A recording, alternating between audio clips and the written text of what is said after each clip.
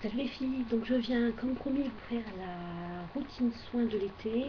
Alors pour moi la routine soin de l'été c'est entre le mois d'avril et le mois d'octobre puisque j'habite en Corse.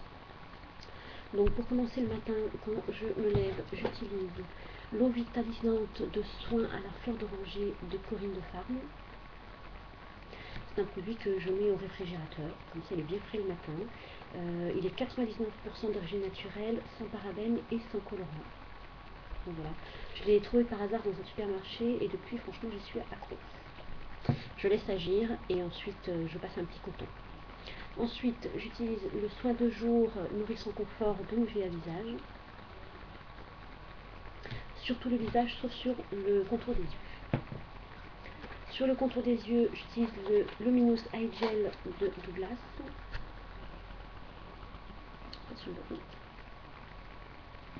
Pareil, je mets au réfrigérateur le matin, c'est vraiment un bon coup de frais.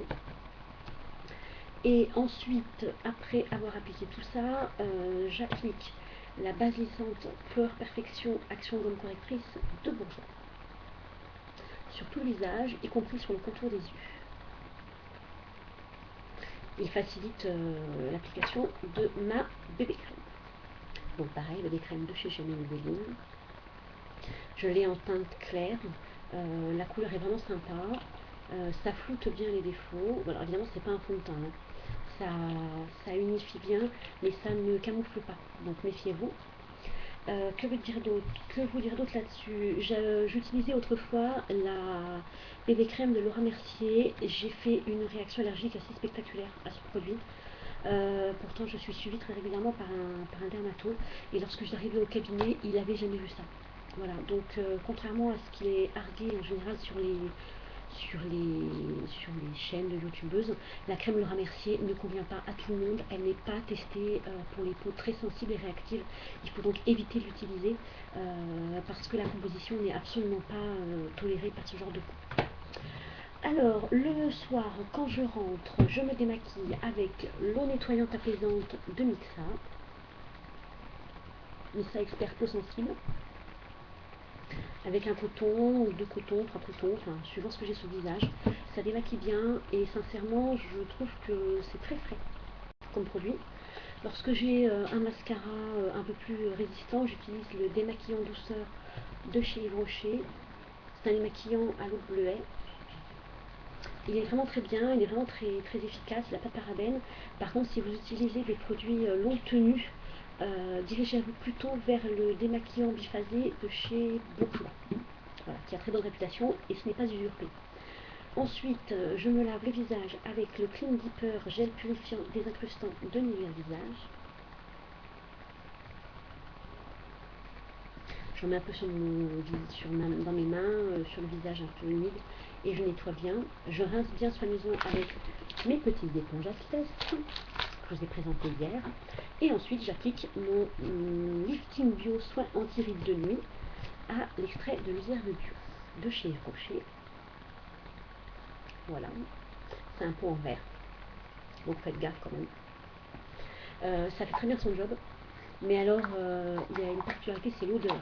Il faut franchement vraiment tolérer l'odeur qui est pas agréable du tout. Moi au début je trouvais que ça puait carrément, et puis finalement je me suis habituée à l'odeur. Mais je peux concevoir que certaines ne tolèrent pas. Ma mère l'a essayé et elle m'a envoyé le pot en me disant je te rends ça, c'est pas possible. Voilà, voilà. Donc, que vous dire d'autre?